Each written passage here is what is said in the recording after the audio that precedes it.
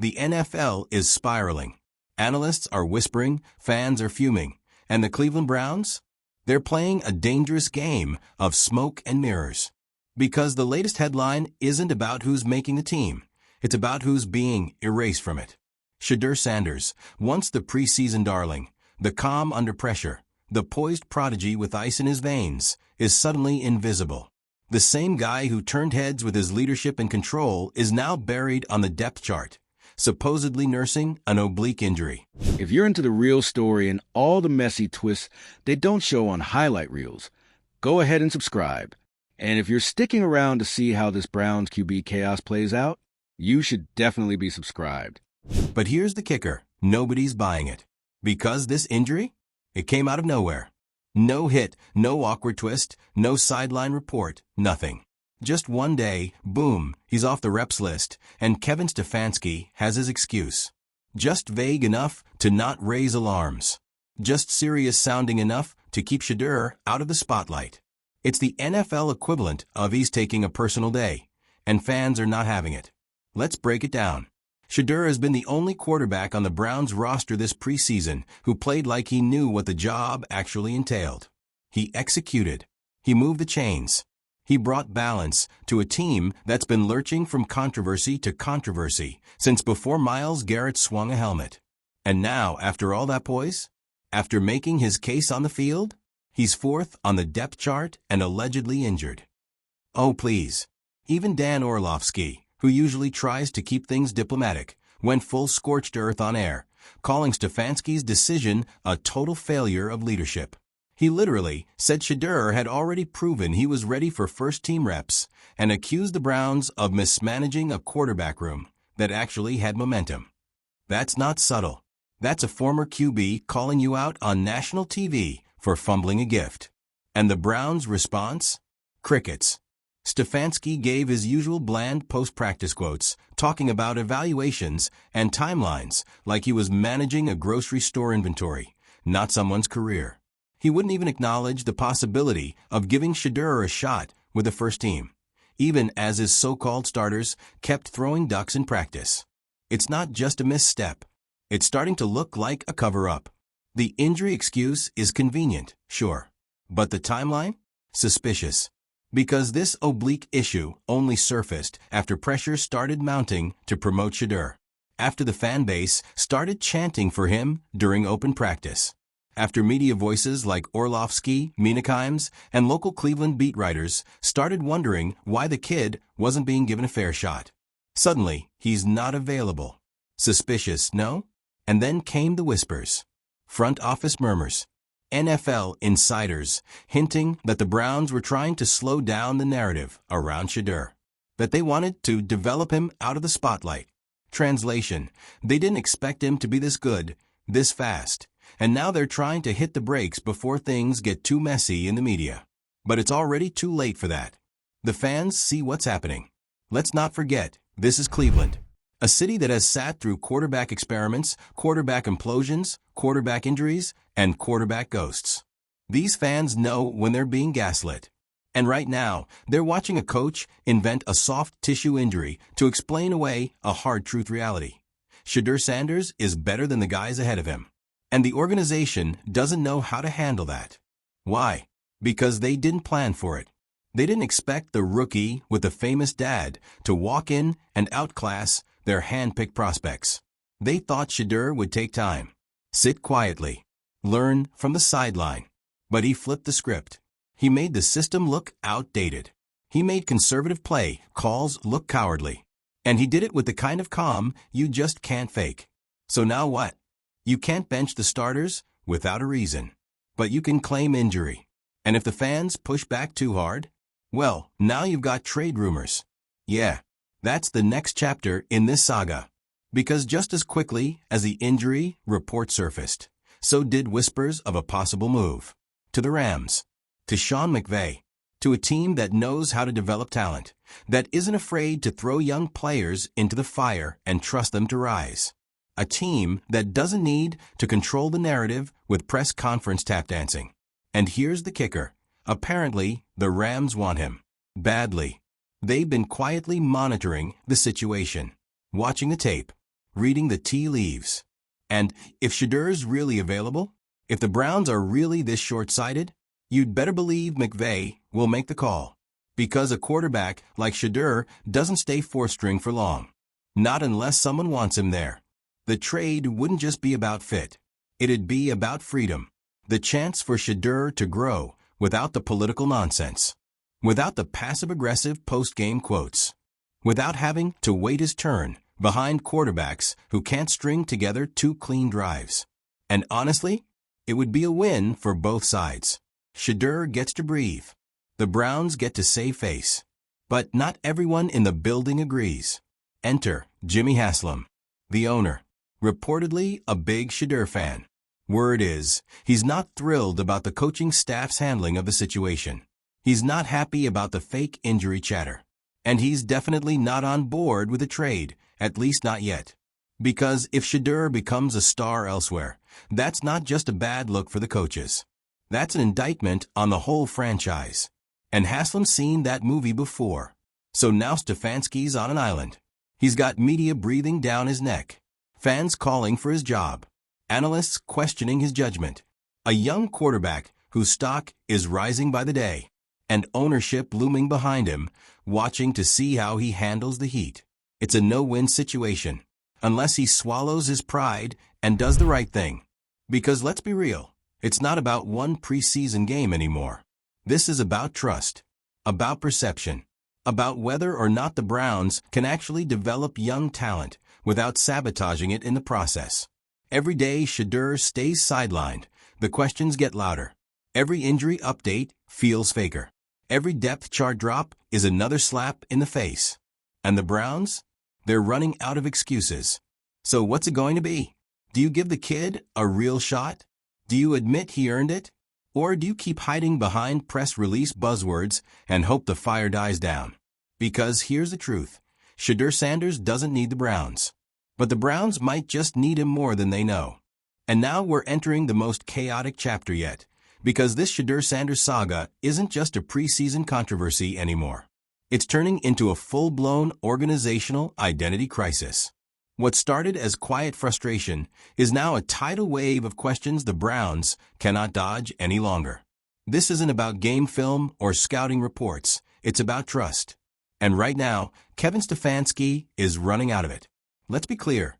The second that mysterious oblique injury dropped into the conversation, everything shifted. Before that, there was still plausible deniability. Maybe Stefanski was just slow-playing things. Maybe he was being cautious with the rookie. But the moment they pulled the injury card, vague, unconfirmed, and oddly timed, it stopped being strategic. It started looking like a lie. And nothing will destroy locker room morale faster than a coach playing favorites and hiding behind fake injuries to justify it. You don't have to be a conspiracy theorist to connect the dots. 1 week, Shedeur is lighting up second-team reps, making precise reads, winning over the locker room with his cool under-fire presence. The next week, just as momentum starts to build, he's injured. No hit, no limp, no trainers rushing out, no footage, just a quiet DNP and a PR-friendly shrug from Stefanski. And don't forget, this came right after fans and analysts started demanding he get a look with the ones. It doesn't add up. And it doesn't sit right with the fans, who, let's be honest, are some of the most football literate in the country. Cleveland's been through enough mess to recognize the warning signs of internal sabotage. They can tell when a coach is trying to slow play a star because it threatens the order. And Shedeur is a threat because he's not just playing well. He's changing the conversation. Quarterback rooms are delicate ecosystems. And Stefanski seems hell-bent on preserving a hierarchy that Shedeur is quietly disrupting. This isn't about merit. It's about control, which makes things even more dangerous. Because the more people talk, the more obvious it becomes that the locker room is starting to fracture. Players are reportedly confused, conflicted.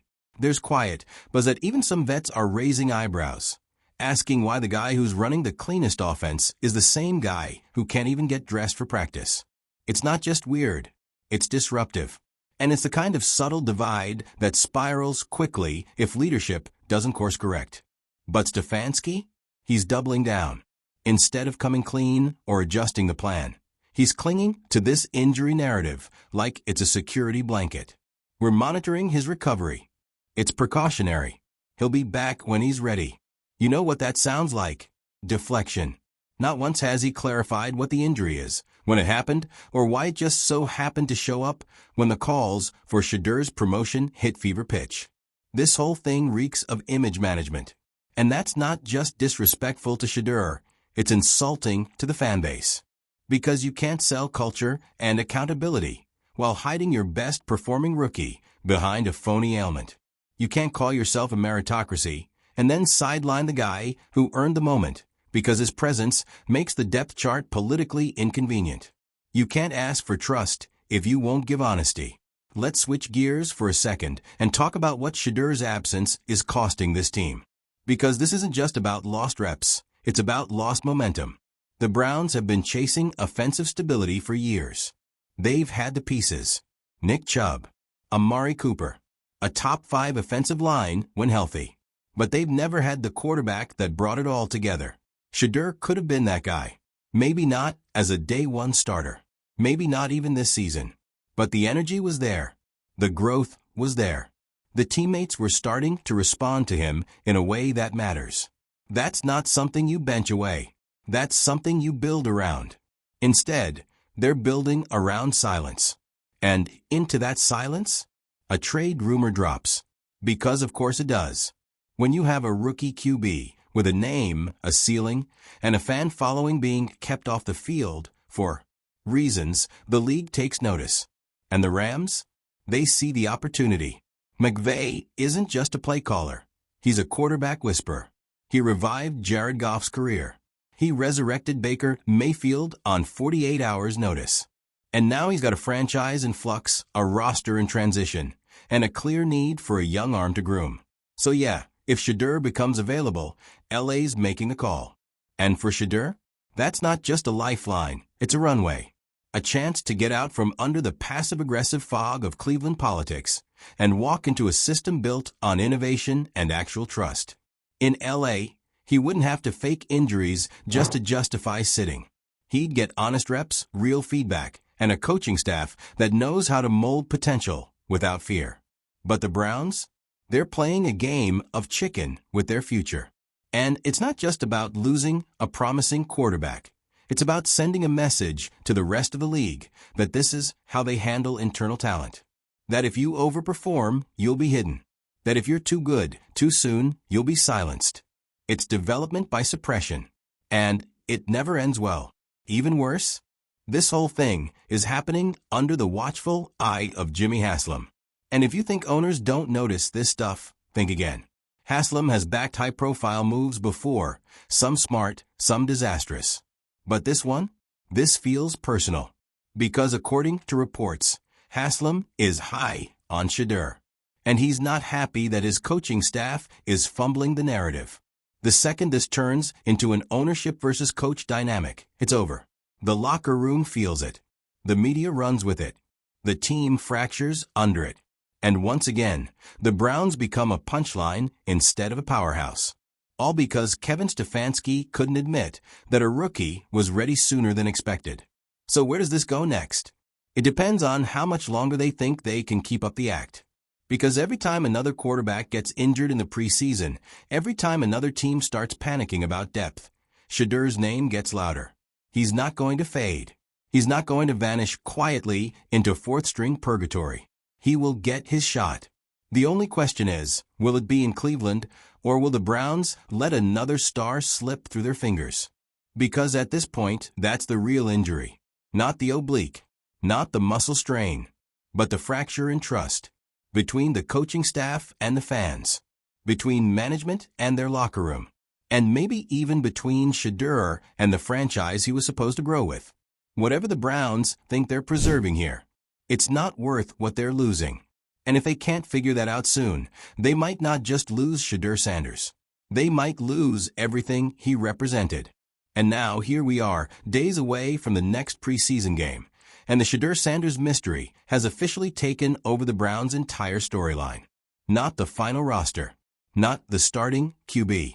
Not even the running back room. Just one name, Shedeur. Not because he's flashy or dramatic or giving the media daily quotes, but because he's not. He's quiet, consistent, composed, and still nowhere to be seen. The irony is so loud, it's practically screaming. Because at this point, the Browns don't even have plausible deniability left. The injury storyline has already started to crack under its own weight. Sources close to the team, anonymous, of course, have started slipping. Minor tweak. Precautionary. He could probably go if they needed him. That's the language floating around. It's not even about physical recovery anymore. It's about control. About power. About optics. And the optics are brutal. You've got fans zooming in on practice footage just to confirm whether Shedeur's walking fine. You've got reporters showing up early to training camp trying to catch a glimpse of him tossing warm-ups. You've got beat writers writing entire columns about body language. His, Stefanski's, everyone's. That doesn't happen when the situation's being handled correctly. This feels like a standoff. A standoff between a player who quietly showed he was ready and a staff that was not ready for him to be. But here's the part that's actually dangerous. The longer this charade continues, the more toxic it becomes. Because now you've got the locker room politics flaring up. You've got players on both sides of the fence.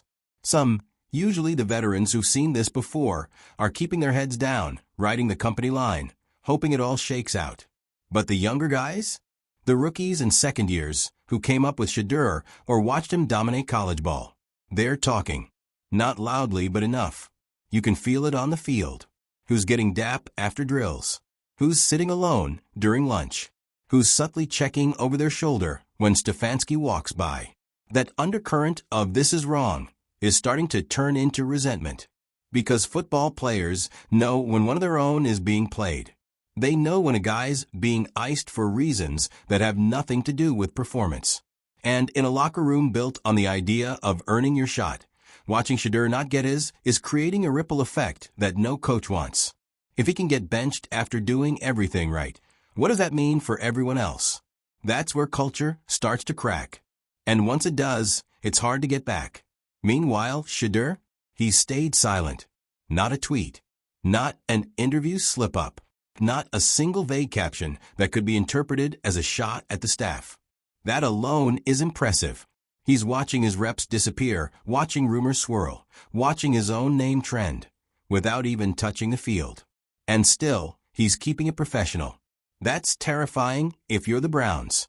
Because a player that mature, that self-aware, and that calculated, you can't control him with vague injuries and political pressers. He's already playing chess, while the franchise is over here playing checkers with their depth chart. And if you think this is just a rookie year hiccup, think again. This whole situation is already reshaping how agents and incoming college players are viewing Cleveland. They're watching this and thinking, is this a place where young talent gets buried for being too good too soon? That reputation is hard to shake. Now, let's talk about the media. Because it's not just sports analysts anymore. The mainstream press is starting to pick this up. Articles in national outlets questioning Stefanski's motives. TV hosts giving monologues on the absurdity of the Shedeur situation.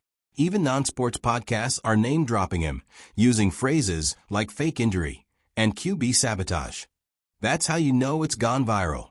And for a franchise that spent years trying to rehabilitate its public image, this is a nightmare.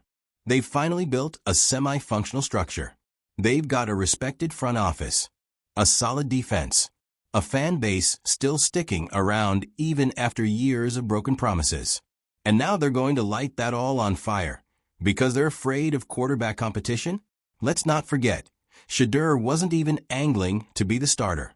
He wasn't publicly demanding anything. He was just quietly outplaying expectations. But that was enough. And now, rather than embrace the problem as a good one, too much talent, they're pretending it doesn't exist. It's the classic Browns curse. Fear of success dressed up as loyalty to the plan. But the longer they cling to this process, the more that process starts to look like regression. Because think about the opportunity they're blowing. Shedeur Sanders is more than just a promising rookie. He's a narrative. He's the guy with NFL pedigree, media presence, and a game that backs it up. You lean into that, and suddenly your preseason goes from meaningless to must-watch. He gives your fan base a reason to tune in. Instead, they get silence and shoulder shrugs. And now, people aren't just asking why Shedeur isn't playing. They're asking who made that decision and why they still have a job. The longer Stefanski avoids this, the more it becomes about him. Not Shedeur, not the quarterback room, just him. Is he too rigid, too stubborn, too focused on protecting the guys he already invested in to admit someone else might be better? And most dangerously, is he willing to sacrifice talent to save face? Because at this point, it feels like that's exactly what's happening. And if that's true, it's not just a misstep. It's malpractice. So what happens next? Well, let's game it out. Option 1. Stefanski finally blinks. He acknowledges Shedeur is healthy, puts him back into practice rotation, maybe even gives him a series with the twos. That quiets some of the noise. But the damage? Already done. Now every rep Shedeur takes is under a microscope. Every snap becomes an audition for a coaching staff that already showed their cards. Option 2. The Browns trade him. And the second they do, the NFL explodes. Social media goes nuclear. The Rams, or whoever else is smart enough to pick him up, get an instant fan injection. And Cleveland? They get a mid-round pick and a lifetime of what-ifs. Option 3. They keep playing the injury game. Keep Shedeur resting. Drag this out until the season starts, then quietly stash him away on the inactive list, hoping everyone forgets. Spoiler, they won't. No matter which path they take, this story isn't going away. It's already bigger than preseason. It's bigger than the Browns. It's a cautionary tale in real time. Because this is what happens when franchises try to control a story instead of listening to it. This is what happens when talent walks in the door and the people in charge panic instead of plan. So here we are. Kevin Stefanski has a choice. He can open the door, admit the mishandling, and give Shedeur Sanders the opportunity he earned. Or he can keep closing ranks, pretending nothing's wrong, and watch the cracks in his franchise grow wider by the day. Because one thing is certain, Shedeur Sanders' moment is coming. Whether it's in Cleveland or not, that's still up to them. But either way, when he finally takes the field again, every single person who tried to keep him off it is going to have to answer for why they did.